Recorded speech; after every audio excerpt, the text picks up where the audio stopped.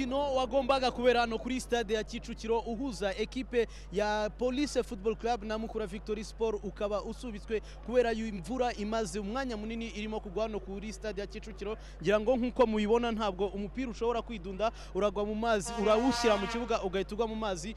Umwanzuro rero ukaba ufashwe yuko iki kibuga kitari praticable, umukino ugomba kuzashakirwa undi munsi wo gukinwaho. Nuko rero bigenze kuri uyu munsi, abagomba gukurikira uwo mukino kuri Azam TV ngira ngo muraza kutwihanganira. Umbabwira yuko ku munsi w'ejo tuzabagezaho umukino uzahuza ekipe ya Marine Football Club izaba yasuye APR Football Club, umukino uzabera kuri stade Amahoro i Remera guhera isa 9 n'igice izuzuye cyane. Umukino rero akaba ari uko bigenze. Uwanja wa leo, mpira wa leo hautakuwa kwa kiwanja, unaona kama uwanja unajaa maji, na kwa hiyo mchezo hautachezeka kwa leo. Sasa kesho tutawaletea 5-5 matangazo ya mchezo, timu ya APR Football Club ikiwa inapambana na timu ya Marine Football Club kuanzia saa 9:30 saha ya Kigali. Mwakoze cyane rero kubana natwe na hubutaha ku munsi w'ejo. Kuri decoder Azam TV wasanga mashine arenga 140. Igurire decoder Azam TV hamwe na antene yayo y'igisahani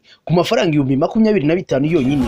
Ushobora kugura ifatabuguzi rya Azam Pure ku 3,500 gusa ku kwezi. Hari kandi ifatabuguzi rya Azam Plus ku mafaranga 4,500. Wakwigurira kandi Azam Play ku mafaranga 6,500. Mwaduhamagara kuri 0728502002. Azam TV, imyidagaduro kuri bose.